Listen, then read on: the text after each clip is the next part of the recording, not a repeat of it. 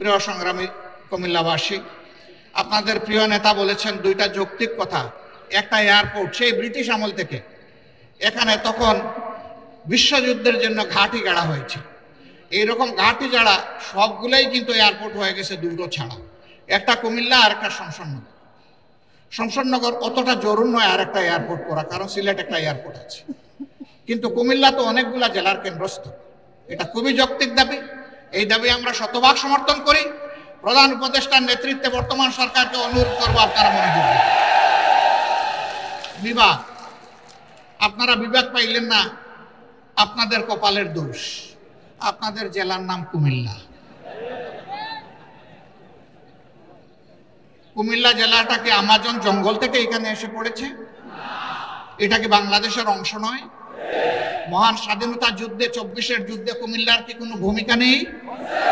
যদি কুমিল্লার ভূমিকা কুমিল্লা নামেই রাখার সুযোগ থাকে, আজকে কুমিল্লার নামে বিভাগ দিতে অসুবিধা কোথায়? কেন সেটা আটকে রেখেছিলেন? শেখ মুজিবুর রহমান সাহেব দুনিয়া থেকে বিদায় নিয়েছেন, তার সুকীর্তি অথবা তার অন্য কিছু, সেটার মূল্যায়ন জনগণ করেছে, করবে, করতে থাকুক।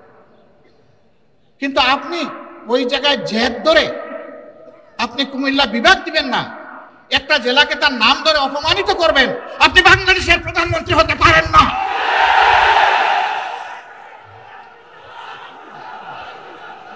বাংলাদেশের যিনি প্রধানমন্ত্রী হবেন তাকে বাংলাদেশের প্রতি ইঞ্চি জমিকে সম্মান করতে হবে।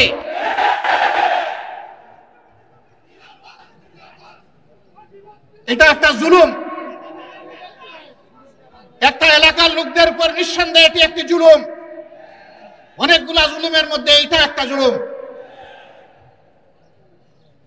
আমরা বর্তমান সরকারকে অনুরোধ করব, তার তো সবকিছুই রেডি আছে, আপনারা মেহেরবানি করে তাদের এই হক পাওনাটা কুমিল্লাবাসীকে দিয়ে দেন।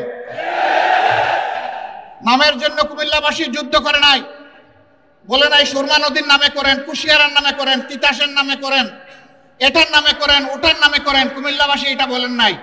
কুমিল্লাবাসী বলেছে আমাদের নামেই, আমাদের পরিচয়, আমাদের বিভাগটা দিয়ে দেন।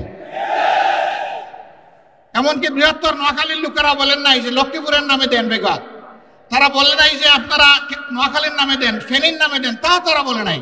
তাহলে তারা যদি কেউ না বলে কুমিল্লার নামে বিভাগ হবে না কেন?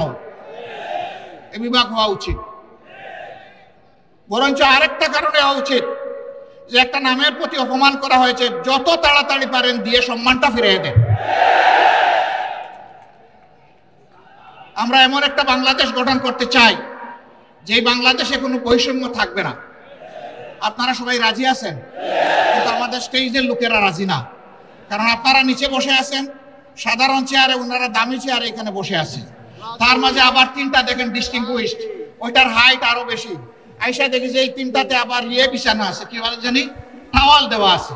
তো আমি বৈষম্য বেশি দূর করতে পারিনি, প্রথমে আমার টাওয়ালটা ফেলে দিছি। আগামীতে এই ধরনের কোনো আয়োজন হলে সকল চেয়ার সমান থাকবে ইনশাআল্লাহ। যে চেয়ার নিচে থাকবে দেখার স্বার্থে যদি একটা স্টেজ লাগে তাইলে সেই চেয়ারটাই উপরে থাকবে ইনশাআল্লাহ।